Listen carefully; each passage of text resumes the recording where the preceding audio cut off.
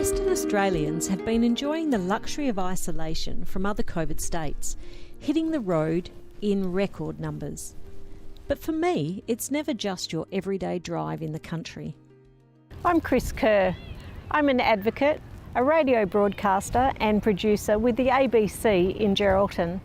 I'm just wondering, do you have any wheelchair accessible accommodation? As a wheelchair user, finding suitable accommodation and accessible toilets are always foremost on my mind when I travel. It's not that there aren't accessible options out there, it's just knowing where to find them. Let's look for somewhere to stop. There's a parking sign and some toilet signs, so that's a good sign. Get it? Hilarious. Oh look, there's a wheelchair toilet down there.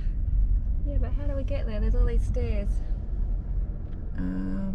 We must We'll have a look around the back, shall we? Yeah, maybe we can park down the... Government is already driving better accessibility, and now it's up to tourism and accommodation providers to do their part.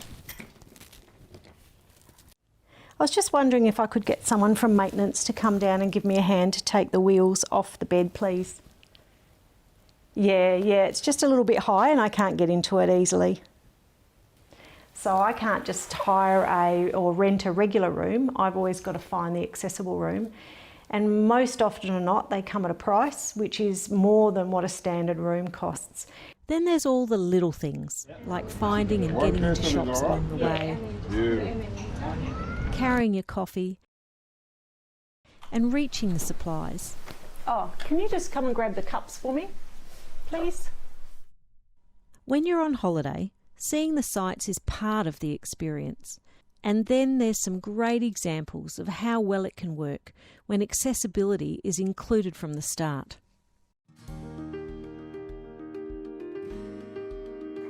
How nice is this?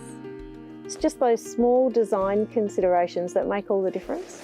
So you can come with your friends and family and you can actually get under the table and you can join in the conversation without feeling like you're perched on the edge. And for me, I've been coming around this area on and off for 30 years and used to have to wait in the hotel and read a book while my family and friends came out here and got to see this magnificent part of the world. Or else I'd wait in the car because the pathways weren't accessible and it was too steep and hilly. So it's just opened up a whole new way of seeing the world that's on our doorstep, and for many people with disabilities it's something they get denied, especially in the outdoors.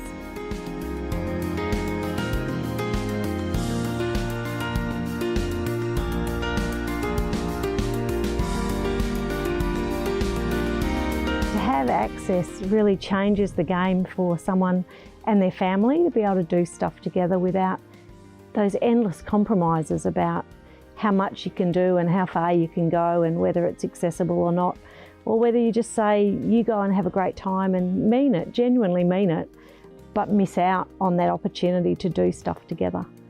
It sucks. It's not a good feeling to know that people have to do those kind of compromises because of you, but you can't dwell on it because otherwise you don't do anything, because there's a lot of the world that isn't accessible. The world wasn't built flat. But we need to make sure that moving forward it is, and that people with disabilities of all sorts can participate.